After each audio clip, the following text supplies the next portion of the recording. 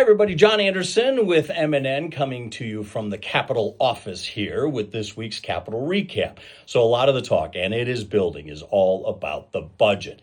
Next week, we're going to get the next numbers with the budget forecast. What that does is it gives the lawmakers kind of a starting point of where they are, and then they've got to use those as the benchmark to try and come up with a budget by the end of session on May 19th.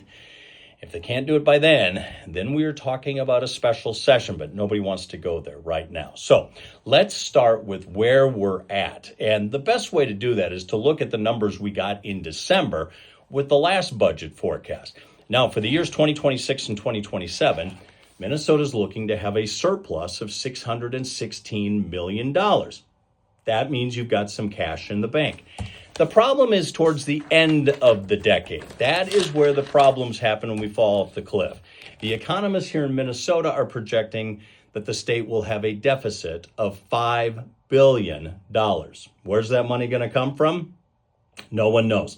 Just came out of a Senate finance hearing, and they're concerned about federal cuts and what's coming down the pike from Washington, D.C. Minnesota receives about $23 billion a year in federal funding. Over half of that goes to Medicaid. Education's a big chunk, human services. I mean, those three things are probably about 80% of the budget. So those numbers are not in. The economists are going to have to come up with a forecast next week on Thursday. When you ask lawmakers, what are they thinking?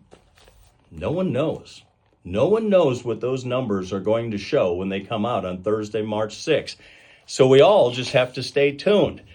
We'll figure out what kind of shape the state of Minnesota is, and then lawmakers will get to work on trying to balance this budget. Stay tuned. A lot is happening here. John Anderson for M&N.